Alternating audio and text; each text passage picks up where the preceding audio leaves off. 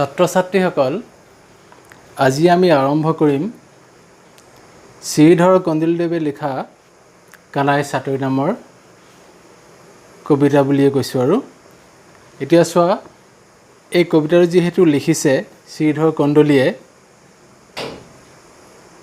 সেই লিখকজনৰ বা সেই কবিজনৰ তেওঁৰ আমি পৰিচয়টো চাই লওঁ। কাৰণ ইমান সুন্দৰ এটা কবিতা লিখি আৰু লিখে পাঠত দি দিয়া হয়, গতিকে তেওঁৰ বিষয়ে যদি আমি একো নাজানোৱেই তেতিয়াহ'লে এইটো বহুত বেয়া কথা হ'ব। সেয়েহে প্ৰথমে আমি জানি লওঁ কবিৰ পৰিচয়টো। শ্ৰীধৰ কন্দলী মহাপুৰুষ শংকৰদেৱৰ পৰৱৰ্তী কালৰ কবি। এওঁৰ কাব্যত বৈষ্ণৱ ধৰ্মৰ প্ৰভাৱ সুস্পষ্ট।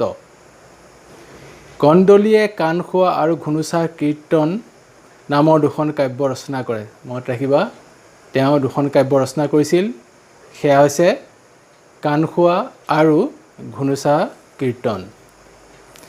কাণখোৱা পুথিখন নিচুকনি গীতৰ আৰ্হিত ৰচনা কৰা। ইয়াত বিষ্ণুৰ অৱতাৰৰ লীলা মাহাত্ম্য সহজ সৰল আৰু প্ৰাঞ্জল ভাষাত বৰ্ণনা কৰিছে। ইয়াত শ্ৰীকৃষ্ণৰ ঈশ্বৰত্ব আৰু মানৱ শিশুত্ব ভাৱ কবিয়ে সুন্দৰভাৱে ফুটাই তুলিছে। পুথিখন দুটা অংশত ভাগ কৰিব পাৰি। প্ৰথম অংশত কাণখোৱাত কথা শুনি ভয়ত টোপনি যোৱা আৰু দ্বিতীয় অংশত ৰাতিপুৱা টোপনিৰ পৰা মাকে জগাবলৈ যোৱাত তেওঁ অভিমান, মাকক কোৱা নানা কথা বিষয়ে বৰ্ণনা কৰা হৈছে। তেতিয়াহ'লে আমি কি পালোঁ চোৱা, পুথিখন কোনখন পুথি? কাণখোৱা পুথিখন কি কৈছে, দুটা অংশত ভাগ কৰা হৈছে বা ভাগ কৰিব পাৰি। প্ৰথম অংশত কাণখোৱা কথা শুনি ভয়ত টোপনি যোৱা আৰু দ্বিতীয় অংশত ৰাতিপুৱা টোপনিৰ পৰা মাকে জগাবলৈ যোৱাত তেওঁ অভিমানত মাকক কোৱা নানা কথাৰ বিষয়ে বৰ্ণনা কৰা হৈছে। গতিকে এতিয়া আমি সেই যিখন পুথি প্ৰথম অংশৰ আমি ইয়াত নাপাম। আমি কোনখিনি পাম? তাৰ দ্বিতীয়াংশৰ কথাখিনিহে আমি ইয়াত পাম। কিয়নো টোপনিৰ পৰা মাকে জগাবলৈ যাওঁতে কি কি ঘটনা হৈছিল, কি কি কথা কৈছিল, কোনে কাক কেনেধৰণৰ উত্তৰ দিছিল, সেইবোৰ কথাই আমি ইয়াত পাম। পাঠবোধত চোৱা, এই পাঠত উদ্ধৃত পাঠটি কাণখোৱা পুথিৰ দ্বিতীয় অংশৰ পৰা কিছু অংশ বাদ দি তুলি দিয়া হৈছে। প্ৰশ্নত আহে তোমালোকৰ যে কানাই সাঁতুৰি পাঠ্যাংশ বা কবিতাংশ বা কবিতাটো ক'ৰ পৰা দিয়া হৈছে। তেতিয়া আমাৰ বহুতো ছাত্ৰ ছাত্ৰীয়ে ভুল কৰে, চিধাই লিখি দিয়ে যে আমাৰ পাঠ্যপুথি অসমীয়া সাহিত্য চয়নিকাৰ পৰা তুলি দিয়া হৈছে, সেইকাৰণে তোমালোকে নম্বৰ নোপোৱা। কি বুলি লিখিব লাগিব যে কাণখোৱা পুথিৰ দ্বিতীয় অংশৰ পৰা কিছু অংশ বাদ দি ইয়াক তুলি দিয়া হৈছে। তাৰমানে কাণখোৱাৰ পৰা দিছে, তাৰ প্ৰথম অংশ নহয়, দ্বিতীয়াংশৰ পৰা দিয়া হৈছে। পাঠটিত শিশুকৃষ্ণৰ ঈশ্বৰত্বৰ পৰিৱৰ্তে সাধাৰণ অভিমানেৰে ভৰা মানৱ শিশু এটিৰ চিত্ৰ বৰ্ণিত হৈছে, যি পঢ়োতাক নিজৰ স্বৰূপৰ লগত একীভূত হৈ পৰাত অৰিহণা যোগাইছে। ইয়াত কৃষ্ণৰ মানৱীয় ৰূপ প্ৰকট হৈ উঠাৰ ফলত ছাত্ৰ ছাত্ৰীসকলে তেওঁৰ ঐশ্বৰিক দিশটো পাহৰি নিজৰ কৰ্মৰাজিৰ লগত সাদৃশ্য উপলব্ধি কৰি আনন্দ পোৱাতেই পাঠকৰ গুৰুত্ব নিৰ্ভৰ কৰিছে। এইটো তেওঁ যিহেতু স্বয়ং ভগৱান, তেওঁ যদিও স্বয়ং ভগৱান, এই পাঠটোত কি কৰা হৈছে, শেষ অংশত কেৱল সাধাৰণ শিশুৰহে কথাবোৰ ইয়াত কি হৈছে ফুটি উঠা দেখা গৈছে। তাৰ মাজে মাজে কি কৈছে, তেওঁ মাজে মাজে নিজৰ মাহাত্ম্য, তেওঁ যে সৃষ্টিকৰ্তা ভগৱান, সেই কথাটো তেওঁ কিন্তু প্ৰকাশ কৰিবলৈ পাহৰা নাই। তেওঁ পাঠত কিন্তু উল্লেখ কৰি গৈছে, পঢ়ি গ'লে তোমালোকে গম পাবা। আৰু বিশেষকৈ তেওঁ তেখেতে এটা মানৱ শিশুৰ চৰিত্ৰহে যেন ৰূপায়ণ কৰিছে, তেনেকুৱাহে আমাৰ ভাৱ হয়। এতিয়া আহা মূল পাঠলৈ। পাঠটো তোমালোকে এবাৰ মই পঢ়ি শুনাই দিছোঁ। সৰ্বপ্ৰথম চোৱা, কানাই সাঁতুৰি লিখিছে শ্ৰীধৰ কন্দলী। একদিনৰ প্ৰতি ভকত বৎসল কৃপাময় দেৱ হৰি, ৰজনী প্ৰভাতে সুতীয়া আচন্ত মিছা অপমান কৰি। সেই সময়ত গোপ শিশু যত আশী বোলে যশোদাক, খেৰি খেলা এবাক লাগয় সুন্দৰী সত্ৰই কৃষ্ণ দাক। শুনিয়া তেখনে নন্দ ধৰণী কৃষ্ণক ডাকিবে লৈলা, এত নিন্দা কৰা কিছেৰ ভাগৰ আদিত্য উদয় ভৈলা। উঠিও কৃষ্ণ হাৱলি বোপাই ৰোষত তাপত এজ মনে, পঢ়াইল ৰজনী উঠা যদুমণি বুলি ডাকে শিশুগণে। যশোদাৰ বাণী শুনি চক্ৰপাণী বুলন্ত নামাত মাৱ, তুহুৰ আটাই বোপাই বুলন্ত নজুৰাই মূৰ গাঁও। দিন ৪-৫ নুঠিব নাখাইব নাযাইব গোৰখ স্থানে, দুৰ্যশ কলংক দুখ সোমৰন্তে নখে মূৰ পৰাণে। মই নাৰায়ণ জগত কাৰণ তুমি গোৱালৰ জীৱ, তথাপি তোমাক দেখন্তে দৰৰ উৰি যায় মোৰ জীৱ। যত খাওঁ দাওঁ তাতো শুকাই যাওঁ নাহি মূৰ উদগতি, হাতমুষ্টি যেন কংকাল খানি যে বান্ধত ছিগিলতি। নিজ ৰূপে মই অনন্ত ব্ৰহ্মাণ্ড সজি আছোঁ লীলা কৰি, সমস্ত জগত প্ৰতিপাল কৰি আত্মৰূপে আছোঁ ধৰি। ব্ৰহ্মা আদি কৰি যত চৰাচৰ মুখ সেৱা কৰি যায়, তোৰ ঘৰে আহি গৰু চাৰি ফুৰু কৰ কৰা ভাত খায়। নাৰায়ণ ৰূপে অনন্ত সজ্জাত জলত কৰি শয়ন, নাভি পদ্ম হন্তে ব্ৰহ্ম উপজালো সজিলো তিনি ভুৱন। বেদক পঢ়াইলোঁ তত্ত্বজ্ঞান কৰিলোঁ অজ্ঞান কৰিলোঁ দূৰ, তোহৰ ঘৰত যতেক ঐশ্বৰ্য হৈয়ে ভলে মখি মোৰ।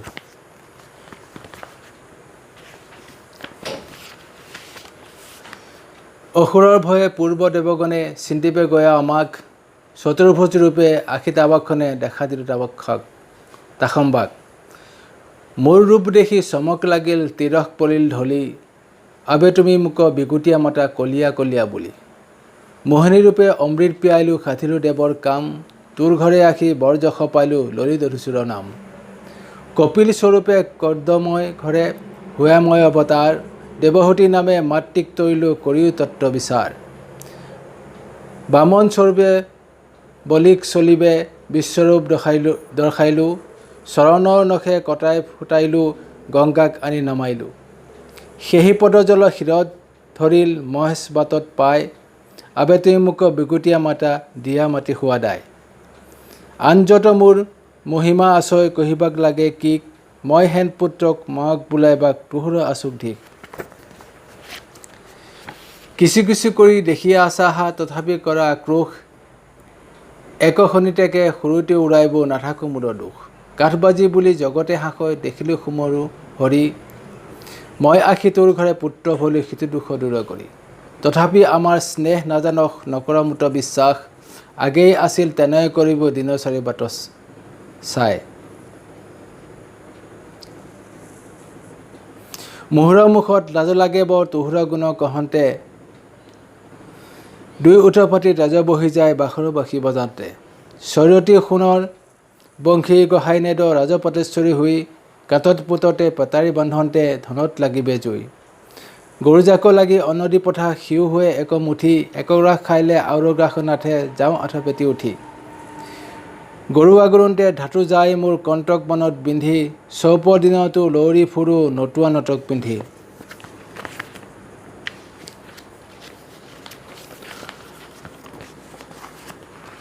কুটকুৰা চুলি পৰে গৰু ধূলি কুকুহা পৰিয়া যায়, গোটাগুটি কৰি জন্তা বান্ধিলেও তৈল মাথৰ দেখা নাই। কথাক কহোঁতে কুন্দন আখৈ যত অপমান পাওঁ, যেবে তেওঁ মই শিবাপৰ পুত তোক তেবে কন্দুৱাওঁ। কংস মামা মোৰ সাৰথি আছয় আমাক নিব মতাই, ইটো অপমান সকলে বুজিবা মথুৰা পুৰীক যায়।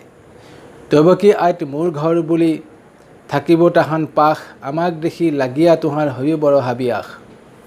কৃষ্ণৰ বচন শুনিয়া যশোদা পুনু মাতে পাশ চাপি, এৰ হাবিয়াস মূৰ মাথা শাক নাকান্দে মূৰ বাপি। মই অভাগীৰ ইবাৰ দুখ মোৰ সিও বনমালি, আনকাল যদি দুখ দেখা মোৰ পৰিবাহ মোক গালি। মাৱৰ কান্য বচন শুনিয়া সন্তোষী ভৈল মন, একেদেৱে গৈলা কুলত চৰিয়া পিবাক লাগিলে স্তন। পৰম আনন্দে থাকিবন্ত কৃষ্ণে চাৰুদান্ত দৰ খাই, ব্ৰহ্মাণ্ডৰ সুখে থাকিলা যশোদা কৃষ্ণ বদন চাই। তোমালোকে সৰ্বপ্ৰথম শুনিলা। ইয়াৰ পিছতে তোমালোকক কবিতাটোৰ শব্দ অৰ্থখিনি কৈ দিওঁ, শব্দ অৰ্থৰ টোকা তোমালোকে চাই যাবা আৰু লগে লগে ইয়াৰ পিছতেই ঘৰত তোমালোকে লিখিব পাৰিবা, ইয়াত হ'লে লিখিব পাৰিবা। শব্দ অৰ্থখিনি চোৱা।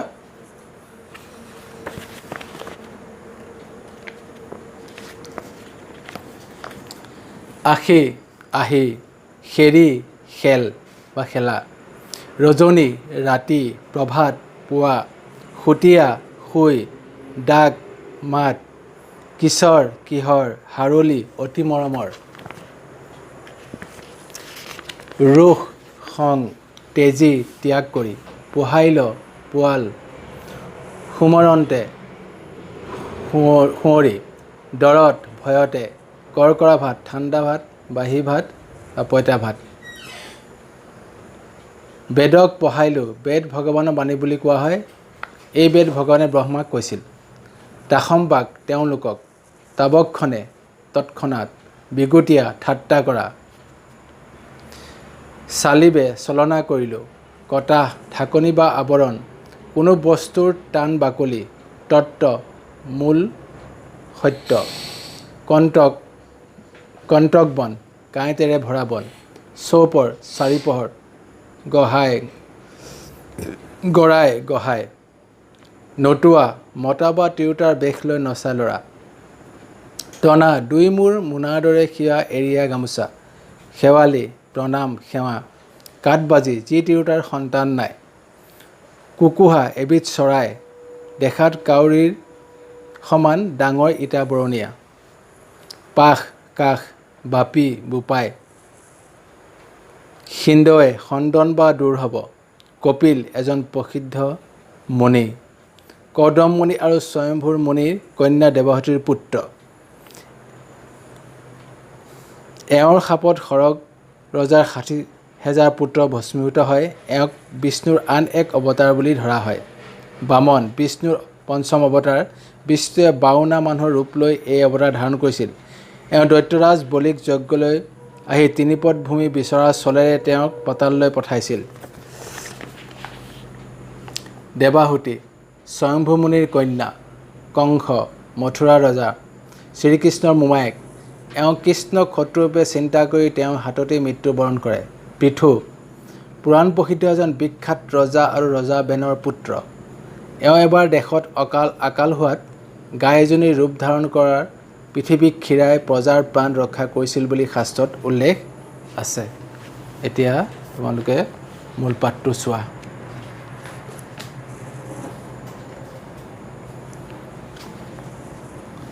এতিয়া তোমালোকক মই পাঠটো বুজাই দিওঁ, চাই যোৱা। একদিনা প্ৰতি ভকত বৎসল কৃপাময় দেৱ হৰি, ৰজনী পহতে সুতীয়া আচন্ত মিছা পৱন কৰি। এদিনাখন শ্ৰীকৃষ্ণই বহুত দেৰিলৈকে কি কৰিছে, শুয়েই আছে, উঠা নাই।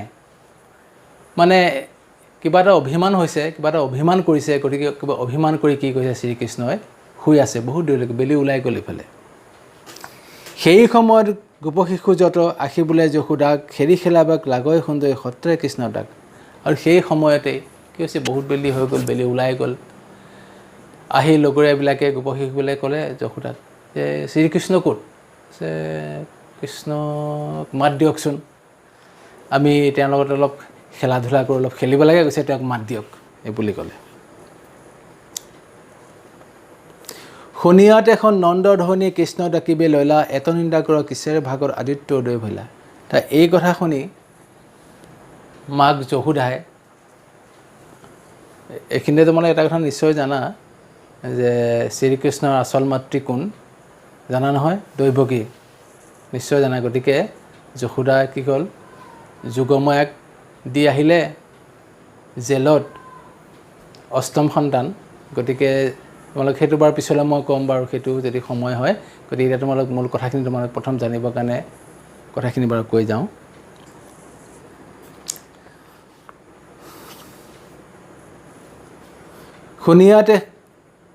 শুনিয়াতেখনে নন্দধ্বনি কৃষ্ণ ডাকিবলৈ ল'লে, এত নিন্দা কৰে কিশোৰ ভাগ আদিত্য উদয় ভৈলা। তেতিয়া শ্ৰীকৃষ্ণক কি কৰিলে, শ্ৰীকৃষ্ণক মাকে অকণমান কটিচাবেই কৈছে যে ইমান ভাগৰ লাগিল নে, দিন দুপৰলৈ শুই থাকিব লাগে, উঠিবলৈ সময় হোৱা নাই নেকি? লগৰ ল'ৰাবোৰে মাতিছে খেলিবলৈ।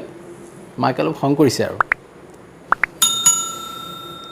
উঠি কৃষ্ণ হাৱলি বোপাই ৰোষ তাপত তেজী মনে, পোহালে ৰজনী উঠা যদুমণি বুলি তাকে সিউগনে। গতিকে মাকে আৰু কৈছে যে এতিয়া উঠা আৰু, চব কথা বাদ দিয়া, তোমাৰ লগৰীয়াবিলাকে মাতিছে, গতিকে তুমি আহা খেলাহি, সিহঁতক লগ কৰাহি। যশোদাৰ বাণী শুনি চক্ৰ পানী বুলন্ত নামাত মাও তোহৰ আটাই বোপাই বুলন্ত নোজে মূৰ গাঁও। এই কথা শুনি চক্ৰ মানে শ্ৰীকৃষ্ণ কি হৈছে মানে আৰু খং উঠিছে। মানে মাকে জগুৱাইছে, মাকৰ ওপৰত এটা অভিমান হৈ আছে, হয়তো মাকৰ পৰা কিবা পোৱা নাই বা মাকে গালি পালে কিবা আছে, তোমালোকে হয়তো পিছত পাবাগৈ চাগৈ, কি লিখিছে গম পাবা।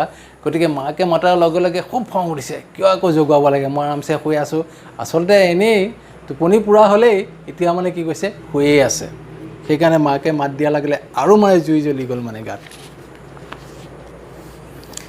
দিনৰ 4-5 নুঠিব নাখাইব নাযাব গোৰখ স্থানে, দুৰ্যশ কলংক দুখ সময়তে নখয় মূৰৰ পৰা নাই। এতিয়া কৈছে যে এনেকুৱা লাগিছে যে মোৰ 4-5 দিনমান যেন শুৱাৰ পাতিৰ পৰা নুঠিমেই, শুয়েই থাকিম, মানে এনেকুৱা লাগিছে।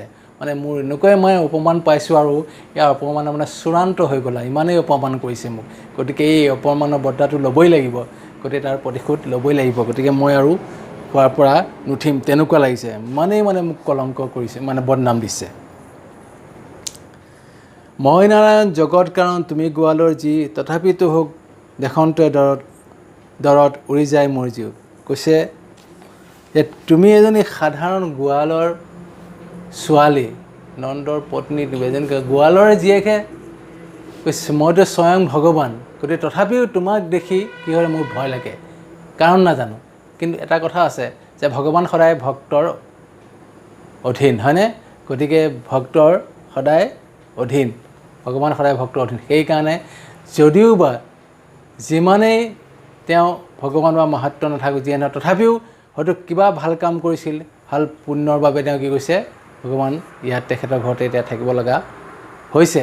কিন্তু সেই কথাটোতো আৰু যশোদাই নাজানে। গতিকে যশোদাই ভাবিছে পুত্ৰ ল'ৰা আৰু সাধাৰণ ল'ৰা বুলি ভাবি আছে।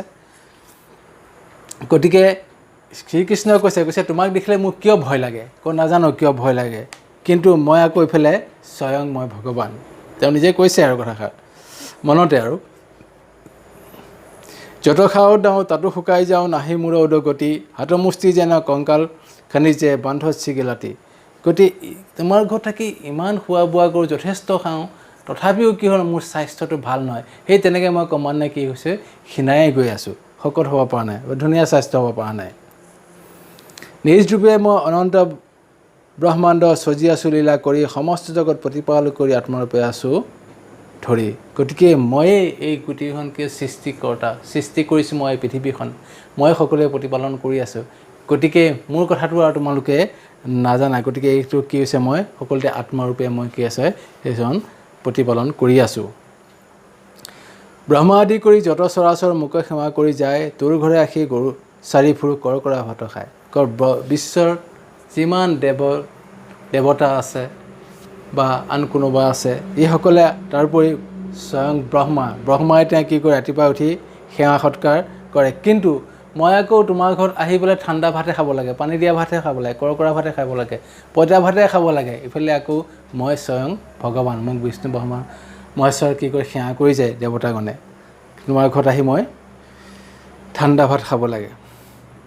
নাৰায়ণ ৰূপে অনন্ত সজ্জাত জলত কৰি শয়ন, নৈ পদ্মহতে ব্ৰহ্মা উপজালো সজিলো তিনি ভুৱন। কৈছে মই নাৰায়ণ, কৈছে মোৰ নাৰীৰ পৰাই কি কৰিলি, মই ব্ৰহ্মা এশৰক মই কি কৰিলোঁ স্বজন কৰিলোঁ, আৰু এই স্বজন কৰিয়েই তেখেতলোকে মোৰ গোটেই মহিমা কথাটো জানে, মই সিহঁতক সৃষ্টি কৰিছোঁ, মোৰ পৰাই তেখেতসকল কি হৈছে সৃষ্টি হৈছে। গতিকে সেইসকলে মোক কি কৰি যায় সেৱা সৎকাৰ কৰি যায়। বেদক পঢ়াইলোঁ তত্ত্বজ্ঞান কৰিলোঁ, অজ্ঞান কৰিলোঁ দূৰ, তোৰ ঘৰত যতে ঐশ্বৰ্য হবে ভলুমুখী মোৰ। গতিকে সেইসকলক মই কি কৰিলোঁ বেদৰ জ্ঞান দিলোঁ, যিমান অজ্ঞতা আছিল সেইবোৰ দূৰ কৰিলোঁ, তত্ত্বজ্ঞান দিলোঁ, আৰু তোমাৰ ঘৰতো আহি মই কি কৰিলোঁ এতিয়াও জন্ম ল'লোঁ। সকলো দুখ মই বা সকলো তোমাৰ ঐশ্বৰ্য বিভূতিও মই তোমাৰ ঘৰতেই দিলোঁ, আৰু যিমান তোমাৰ দুখ বেদনা সকলো মই দূৰ কৰিলোঁ। অসুৰৰ ভয়ে পূৰ্বে দেৱগণে চিন্তিবে গয়া আমাক, চতুৰ্ভুজ ৰূপে আশীতাবক্ষণে দেখা দিল তাৰ সম্ভাগ। আৰু যেতিয়া নেকি অসুৰসকলে দেৱতাৰ লগত কিবা কাজিয়া লাগিছিল, আৰু সেই দেৱতাসকলক কি কৰিছে মই অসুৰৰ পৰা ৰক্ষা কৰিছোঁ, আৰু মই সেইসকলক কি কৰিছিলোঁ সহায় কৰিছিলোঁ, দেৱতাসকলক মই সহায় কৰিছিল, অসুৰ দেৱতাসকলক মই কি কৰিছিলোঁ, সহায় কৰিছিলোঁ। মোৰ ৰূপ দেখি চমক লাগিল, তিৰক পৰিল ঢলি, আবে তুমি মোক বিগতিয়ে মাৰে কলিয়া কলি বুলি। আৰু মোৰ এই বিশ্বৰূপ দেখি এই তিৰকো কি কৈছিল, ঢলি পৰিছিল। আৰু তুমি এতিয়া মোক ঠাট্টা কৰা, মই বোলে কলিয়া, মই কলা হোৱাৰ কাৰণে তুমি মোক এতিয়া ঠাট্টা কৰা। মই মানে ইমানেই চেহেৰা বেয়া, মই ইমানেই দেখিবলৈ বেয়া, তুমি মোক কি কৰা, ঠাট্টা কৰা। ইফালে মই আকৌ স্বয়ং মই নিজেই ভগৱান। মোহিনী স্বৰূপে অমৃত পিয়াইলোঁ, সাধিলোঁ দেৱৰ কাম, তোমাৰ ঘৰে আহি বৰযশ পালোঁ, ললিত ঋষিৰ নাম। মই দেৱতা আৰু দানৱসকলৰ মাজত যি অমৃত লৈ কাজিয়া হৈছিল, সেই কাজিয়াত মই কি কৰিছিলোঁ, এটা বিশ্বৰূপ ধাৰণ কৰিছিলোঁ, মোহিনী ৰূপ ধাৰণ কৰিছিলোঁ। আৰু মোহিনী ৰূপ ধাৰণ কৰি মই কি কৰিছিলোঁ, এই অসুৰসকলক ভুলাই ৰাখিছিলোঁ। আৰু ইফালে দেৱতাসকলে কি কৰিছিল, সেই অমৃত খাই শেষ কৰিব পাৰিছিল। নহ'লে এই অসুৰসকলো কি হৈ গ'ল হয়, অমৰ হৈ গ'লে। গতিকে সিহঁতে যাতে সেই অমৃত খাব নোৱাৰে, সিহঁতক মই মোৰ ৰূপ দেখুৱাই সিহঁতক মই কি কৰিছিলোঁ, ভুলাই ৰাখিছিলোঁ।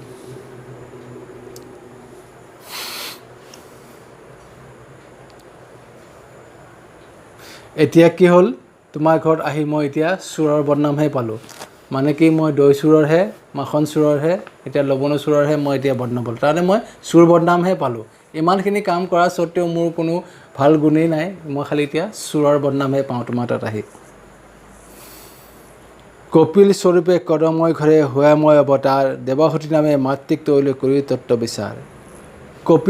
কপিল হিচাপে মই কৰ্দময় ঋষি ঘৰত মই জন্মগ্ৰহণ কৰিছিলোঁ। আৰু মোৰ দেৱাহুতি আছিল মোৰ আই মাতৃ। আৰু সকলোকে কি কৰিছিল, মই তাত অৱতাৰ গ্ৰহণ কৰি সকলোৰে মই কি সুজ্ঞান দিব পাৰিছিলোঁ। বামন স্বৰূপে বালিক চলিবে, বিশ্বৰূপ দৰ্শালোঁ, চৰণ নখে কটাই ফুটাইলোঁ, গংগাক আনি নমাইলোঁ। মই কি কৰিছিলোঁ, বলিৰ যি বালিক বুলি দিছে, বলিৰ যি অহংকাৰ হৈছিল, বামন অৰ্থাৎ মই বাওনা, বন মানুহ হিচাপে বাওনা হৈ পেলাই মই কি কৰিছিলোঁ, বলিক চলনা কৰিছিলোঁ। আৰু মই গোৰ মাৰি তাক পাতাললৈ পেলাই দিছিলোঁ। অহংকাৰ যেতিয়া হৈছিল, তাক সেই মই দান বিচাৰি তাক কি কৰিছিলোঁ, সেই দান বিচৰা চলাই তাক কি কৰিছিলোঁ, মই ইয়াৰ পৰা পতললৈ মাৰি পঠিয়াইছিলোঁ। আৰু কি কৰিলোঁ, মোৰ নখৰে মই গোটেই গংগাক বোৱাই পেলাইছিলোঁ। সেই পদজল শিৰত ধৰি মহেশ বাটত পাই, আবে তুমি মোক বিগুটিয়া মাতা দিয়া মাটি সদায়। আৰু তাক কেতিয়াই কি কৰি শিৱই সেই গংগা কি কৰিছিল, জটাত ধাৰণ কৰিছিল। আৰু তুমি এতিয়া মোক কি কৰা, ঠাট্টা কৰা। এতিয়া মই মাটি খাওঁ, মাটি খোৱা বুলি মোক তুমি কি কৰা, ঠাট্টা কৰা। মই মাটিহে খোৱা হ'লোগৈ যায়। আনজাত মোৰ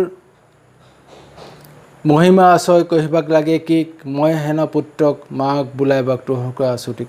মোৰ ইমানখিনি মহিমা থকা স্বত্তে আৰু মই তোমাক কি বুজাই ক'ব লাগিব, তুমি নিজেই মোৰ মহিমা বা গুণ দেখি আছা। কিছু কৰি দেখিয়ে আছা, তথাপি কৰা আক্ৰোশ, একখন্তেকে সুৰতে উৰাইব নাথাকো মোৰ দোষ। তুমি যিহেতু মোৰ এই গুণবোৰ দেখিয়ে আছা, গতিকে এনেধৰণৰ কৈ থাকিলে মোক তুমি আৰু ইয়াৰ পৰা নাপাবা। গতিকে তুমিও নিজৰ পিছত পস্তাবই লাগিব। কাঠবাজি বুলি জগতে সাকৈ, দেখিলে সুমৰি হৰি, মই আখি তোৰ ঘৰে পুত্ৰ ভয় লিখিলি দুখতকৈ। এতিয়া তোমাৰ কোনো পুত্ৰ সন্তান নাছিল বা কোনো ল'ৰা ছোৱালী নাছিল, গতিকে তুমি কাঠবাজি আছিল। তেতিয়া মই তোমাৰ ঘৰত পুত্ৰ হিচাপে জন্ম লৈ তোমাক সেই ইমান ডাঙৰ দুখটো তোমাক কি কৰিছিলোঁ, দূৰ কৰিছিলোঁ। তোমাক সকলোৱে হাঁহিছিল কাঠবাজি বুলি, কিন্তু মই তোমাৰ ঘৰত জন্ম লৈ তোমাৰ সেই দুখ মই দূৰ কৰিছিলোঁ। তথাপি আমাৰ স্নেহ নাজানক, নকৰ মুত বিশ্বাস, আগেই আছিল তেনে কৰিবি দিন চাৰি বাট চাই। গতিকে তুমি মোৰ মৰম নকৰা আৰু মোৰ দুখৰ কথা তুমি একো নুবুজা। গতিকে আগতে যেনেকুৱা তুমি কাঠবাজি আছিলা, আৰু তোমাক সেয়ে মই কৰিব লাগিব, নহ'লে তুমি আৰু ঠিক নহ'বা। কাৰণ তুমি মোৰ মৰম চেনেহ দুখ বেদনা তুমি একো বুজি নোপোৱা। গতিকে তোমাৰ আগৰ দৰেই মোক কৰিব লাগিব।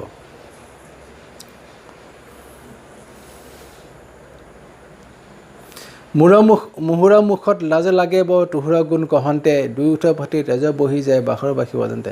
এতিয়া তোমাৰ গুণানুকীৰ্তন কৰিবলৈ মোৰ বৰ লাজ লাগে।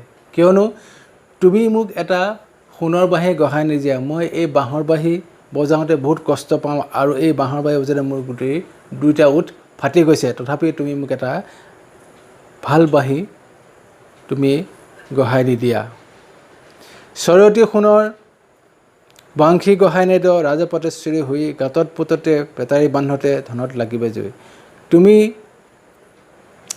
ৰাজপটেশ্বৰী তথাপি তোমাৰ ইমান সোণৰূপ তোমাৰ বহুত ধন টকা পইচা আছে তথাপি তুমি মোক কি 6 ৰতিৰ সোণৰ পৰিমাণৰ তুমি এটা মোক সোণৰ বাঁহী গহাই দিয়া নাই গতিকে তোমাৰ কথা ক'ব কাৰণে মোৰ লাজ লাগে তুমি যে ৰজাৰ নন্দৰ ৰজাৰ বুলি ক'ব লাগিব নন্দৰ ৰজাৰ যে পত্নী তোমাক ৰাণী বুলি বা ধনী মানী বুলি ক'বলৈ মোৰ লাজ লাগে তুমি মোক এটা সোণৰ বাঁহী গহাই নিদিয়া গাঁততে পুতন্তে পেটাৰী বান্ধতে ধনত লাগিবে জুই গৰু জাক লাগি অনতি পথা সিও হৈ একোমুঠি এতিয়া তুমি যে এই টকা পইচাবোৰ যে গাঁতত পুতি ধৰিছা সেই সোণৰূপবোৰ তোমাৰ কি হ'ব জুই লাগি যাব আৰু গৰু চৰাব যাওঁতে তুমি মোক যিখিনি খাদ্য দি পঠিওৱা ভাত দি পঠিওৱা সেইখিনি মোৰ কাৰণে একেবাৰে কম হয় এৰা আধা পেটি হয় গৰু আগৰন্তে ধাতু যায় মোৰ কণ্টক বনক বিন্ধি 100 দিনতো লৰিয়া ফুৰু নতুৱা নটক পিন্ধি গতিকে এই অতব্যৰ অৰণ্যৰ মাজত গৰু আগৰি ফুৰোতে সেই অৰণ্যৰ মাজত সোমাব লাগে আৰু সেই অৰণ্যৰ মাজত বহুত ধৰণৰ কি হ'ল কাঁইট থাকে কাঁইটে মোৰ কি কৰে গোটেই গাটো পিন্ধি পৰে আৰু মই সামান্য এখন কাপোৰহে মই পিন্ধি পেলাই ঘূৰি ফুৰিব লগা হয় গোটেই গাটো খালী হৈ থাকে মোক পিন্ধে কুটকুৰা চুলি পৰে গৰু ধূলি কুকুহা পৰিয়া যায় গোটাগুটি কৰি যত বান্ধিলেও তলেও মাথা দেখা নাই মোৰ যিহেতু চুলিবোৰ হৈছে আঙুঠীয়া চুলি ৰিং চুলি গতিকে এই চুলিবোৰ কি হয় এই চুলিবোৰত যদি কিবা বালি ধূলি পৰি যায় আৰু বেছিকৈ বেয়া হয় আচৰিবৰ কাৰণে বৰ দিগদাৰ হয় বহুদিন হ'ল মই মাথাত তেলেই ল'ব পৰা নাই যিহেতু মোৰ আঙুঠীয়া চুলিৰ কাৰণে আৰু বেছি জোঁট বান্ধে গতিকে তুমি মোক ভালকৈ তেল নিদিয়া চাবোন নিদিয়া ভালকৈ মাথা ধুবৰ কাৰণে কথা কওঁতে কুন্দন আখৈ যত অপমান পাওঁ যেবে তেওঁ মই সি বাপৰ পুত্ৰক তেবে কন্দুৱা কথা কওঁতে মোৰ কান্দন ওলাই যায় কি কয় তুমি মোক যিমান অপমান কৰিছে মই কথা ক'বই নোৱাৰোঁ কথা ক'লেই মোৰ কি হয় কান্দন ওলায় আৰু মই যেতিয়া বাপৰ বেটা হওঁ তেতিয়াহ'লে তোমাকো মই এদিন কন্দুৱাম কংস মামা মোৰ সাৰথি আছৈ আমাক নিবা মতাই এইটো অপমান সকলোৱে বুজিবা মথুৰাক পৰিও যায় গতিকে মোৰ যিহেতু মামা কংস মথুৰাত আছে গতিকে সেই মামাই কি হ'ল মোক ইয়াৰ পৰা লৈ যাব আৰু লৈ গ'লে মই কেতিয়াও নহয় গতিকে তোমাক সেই এদিন হ'লেও তুমি মোৰ কাৰণে কান্দিব লাগিব দেৱকী আইত মোৰ ঘৰ বুলি থাকিব তাহান পাখ আমাক দেখিয়া লাগিবা তোহৰা হৈব বৰ হবি আখ গতিকে যেতিয়া মই সেই দেৱকী আই মোৰ মাতৃৰ ওচৰত মই থাকিম যেতিয়া তুমি ওচৰত গ'লে মই তুমি নহয় বুলি ক'ম যে তুমি মোৰ মাতৃ নোহোৱা সেই দেৱকীয়ে মোৰ মাতৃ তেতিয়া তোমাৰ মনত আৰু দুখ লাগিব তেতিয়া মই তোমাৰ ওচৰত কেতিয়াও নাহোঁ কৃষ্ণ বচন শুনিয়া যশোদা পুনু মাতে পাখ চাপি এৰহা বিয়াস মূৰম হতাশাস নাকান্দে মোৰ বাপী তেতিয়াই কি কৈছিল যশোদাই শ্ৰীকৃষ্ণৰ ওচৰলৈ আহি কৈছে যে তুমি ইমান মনতে দুখ নকৰিবা কৈছে তাৰে তুমি শপত দিছে যে তই মোৰ মাথাকে খা তথাপি তই সেইটো কাম নকৰিবি তাত যাব নালাগে তই মোৰ লগতে থাক মই অভাগীৰ ইবাৰ দুখ মৰশিও বনমালী আনকালে যদি দুখ দেখা মোৰ পাৰিবা মই গালি তেতিয়া মাকে কি কৈছে কথা দিছে যে এবাৰ মোৰ যি ভুল হ'ল যদি আকৌ তোমাক এনেকুৱা কওঁ তেতিয়াহ'লে মোক তুমি যি গালি পৰা যি কৰা তাকে কৰিবা গতিকে এবাৰ তুমি মোক এইটো ক্ষমা কৰি দিয়া বা মাফ কৰি দিয়া দ্বাৰা মোৰ ভুল হৈ গ'ল